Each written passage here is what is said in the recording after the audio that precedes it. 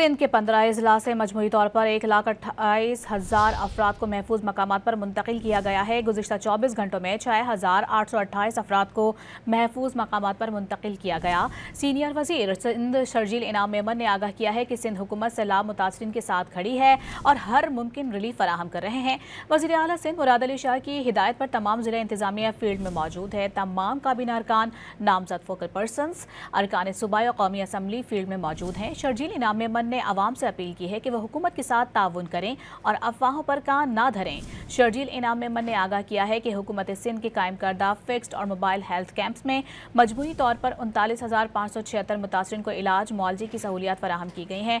3,70,000 से ज्यादा मवेशी महफूज मकाम पर मुंतकिल किए जा चुके हैं।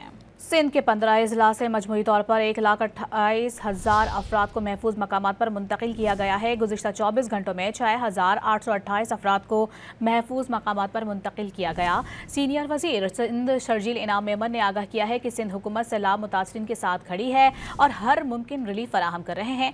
वज़ीर आला सिंध मुराद अली शाह की हिदायत पर तमाम ज़िला इंतजामिया फील्ड में मौजूद है। तमाम काबीना अरकान, नामजद फोकल पर्सनस, अरकान सूबाई और कौमी असम्बली फील्ड में मौजूद हैं। शर्जील इनाम मेमन ने आवाम से अपील की है कि वह हुकूमत के साथ ताउन करें और अफवाहों पर कान ना धरें। शर्जील इनाम मेमन ने आगाह किया है कि हुकूमत सिंध के कायम करदा फिक्स्ड और मोबाइल हेल्थ कैंप्स में मजबूरी तौर पर 39,576 मुतासरीन को इलाज मुआलजे की सहूलियात फराहम की गई हैं।